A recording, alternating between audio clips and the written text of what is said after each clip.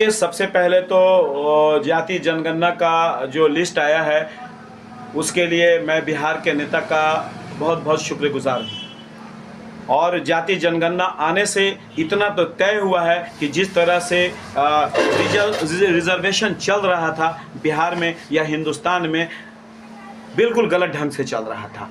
जहां 65% ईबीसी और ओबीसी के लोग हैं वहां पे 27% रिजर्वेशन चल रहा था, उसमें भी हकमारी हो रही थी। और हर डिपार्टमेंट में हर जगह पे ब्राह्मण से लेके भूमियार से लेके या फॉरवर्ड जो भी लोग हैं उस पे हावी थे। और जबकि आबादी बेचारे गरीबों की है, कुचले दबकों की है, तो उनको जो उनका हक है वो मिलना चाहिए। इस जात का ये जो जिस तरह से सर्वे हुआ है उससे ऑब्वियसली बिहार को फ़ायदा होगा, बिहार को फ़ायदा होगा, बिहार के लोगों को फ़ायदा होगा। इससे बेरोज़गारी हटाने में दूर होगी, इससे बजट बनाने में आसानी होगी। और अब जो बजट बनेगा बिहार का हो या सेंट्रल का हो, ऑब्वियसली आबादी को देख करके बनाना होगा। और इससे कुचले तबके और मुसलमानों को भी फ़ायदा होगा। जिस तरह से मुसलमानों की 18% आबादी दिखाई गई है, इस बार सर्वे हद तक कुछ कम करके हुआ है, जबकि अगर सर्वे सही से होता तो मेरे समझ से मुसलमानों की जो आबादी है वो 24% होती। इसलिए इसमें भी एक हकमारी की गई है, मुसलमानों की आबादी को छिपाया गया है। और जिसकी आबादी जितनी होगी उसको उतना हक अब बिहार गवर्नमेंट में मिलेगा। और ये बिहार ने बेहतरीन मैसेज दिया है पूरे हिंदुस्तान को, पूरे बीजेपी को, मोदी सरकार को एक बेस्ट मैसेज दिया है कि आप पूरे हिंदुस्तान में आपको जाति सर्वे कराना होगा और उसी हिसाब से लोगों का हक देना होगा। पासवान उन्होंने एक बात बिल्कुल सही बोला है कि नीतीश कुमार जो राजनीति करते हैं वो दबाव की राजनीति करते हैं। वो ऑलवेज जिस के साथ रहते हैं, बीजेपी के साथ उन्होंने 18 साल शासन किया, 18 साल एक दबाव की राजनीति बीजेपी में किया उन्होंने। और आज वो आरजेडी के साथ वो शासन कर रहे हैं। ऑब्वियसली है कि एक आरजेडी के ऊपर एक प्रेशर वो बांध रहे हैं इस तरह की हरकत करके। ये बात आप समझ लीजिए, नीतीश कुमार अब कहीं जाने वाले नहीं हैं। नीतीश कुमार जो है अब जो है ये इंडिया का गठन जिन्होंने किया है, NDA का गठन जो किया है, इसे अब वो भाग नहीं सकते हैं। वो भागना भी चाहेंगे तो इस गठबंधन से वो जा नहीं पाएंगे, इसलिए कि हिंदुस्तान के जितने अच्छे और बड़े सेकुलर लीडर हैं नीतीश कुमार को काफ़ी घेर चुके हैं। ये बात आप तय जान लीजिए, ये चाह कर भी अब ये गठबंधन को छोड़ नहीं पाएंगे। आपको इसकी जानकारी आपको दे दें कि 3 महीने के अंदर वो आरजेडी को लबैक करने जा रहे हैं।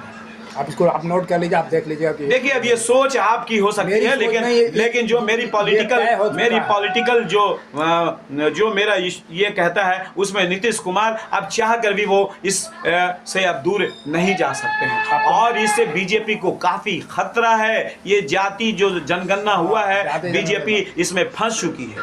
जाति जनगणना की बात आप सही कह रहे हैं। आपको पिछले आप रिकॉर्ड के अंदर जाइए तो G20 का जो मामला आया था, तमाम चीफ मिनिस्टर को बुलाया गया था, ठीक है, इसका नतीज भी गए। और उसका नतीज जी आपने जैसा कि कहा कि भाजपा का सबसे बड़ा दुश्मन इस वक्त नतीज है, क्योंकि इसने बिल्कुल तमाम को जो है एक गठबंधन बनाया, पूरे हिंदुस्तान को उन्होंने इकट्ठा किया, उसके खिलाफ पूरे विपक्ष पॉलिटिकल को इकट्ठा किया। उसके बावजूद जो है मोदी ने उसको किनारे के अंदर यानी अलग से उनको वक्त दिया और कुछ बातें हुई। और इतनी बातें इतना मुस्बित हुआ कि साहब वो मोदी इतना खुश हुआ है कि साहब अपने दुश्मन नीतीश कुमार को यानी अमेरिका के प्रेसिडेंट से मिला रहा हूँ।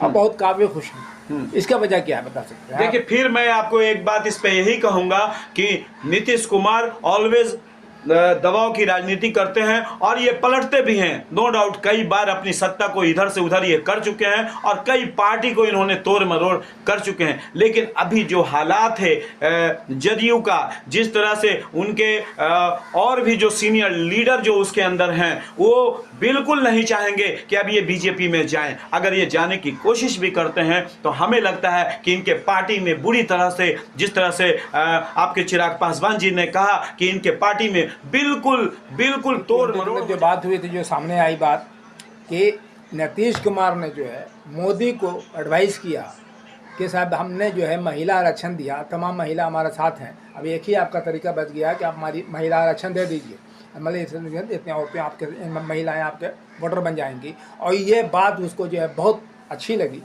और वो बहुत ज़्यादा खुश हुआ। और उसी वक्त जो फ़ौरन ऐलान कर दिया कि 5 दिन का हम सेशन बुलाना जा रहा है। तो क्या हम बुलाना जा रहे हैं भाई, फिर बाद में पता चला ये एडवाइस जो है नीतीश कुमार का था। देखिए ठीक है, मैं फिर कह रहा हूं कि ये नीतीश कुमार नहीं, बीजेपी आज जो हिंदुस्तान में जो सियासत इतने ऊंचे मुकाम तक गई है, उसमें बीजेपी, उसमें नीतीश कुमार का भी एक अहम किरदार रहा है, एक अहम रोल उन्होंने बीजेपी में रह करके किया है। लेकिन शायद उनको ये समझ में नहीं आया था कि उनकी पार्टी इस हालात में बीजेपी पहुंचा देगी। आज जिस तरह से नीतीश कुमार के 70-75 सीट थे, आज वो 40-45 पे वो पहुंच गए, वो बीजेपी की पार्टी के अंदर रह करके उसी पार्टी के यानी कि अलायंस को आप डैमेज कीजिएगा तो ये तो भाजपा के खिलाफ हो जाएगा। देखिए नेचुरली है कि चांसेस पूरे हैं कि नीतीश कुमार एनडीए गठबंधन में अब जाएंगे नहीं। अगर वो जाते भी हैं तो ऑब्वियसली है कि चिराग पासवान जी का जो पॉलिटिक्स है वो उनके खिलाफ होगा और वो कोशिश हद तक होगी कि वो एनडीए से वो किनारा ले लें। बात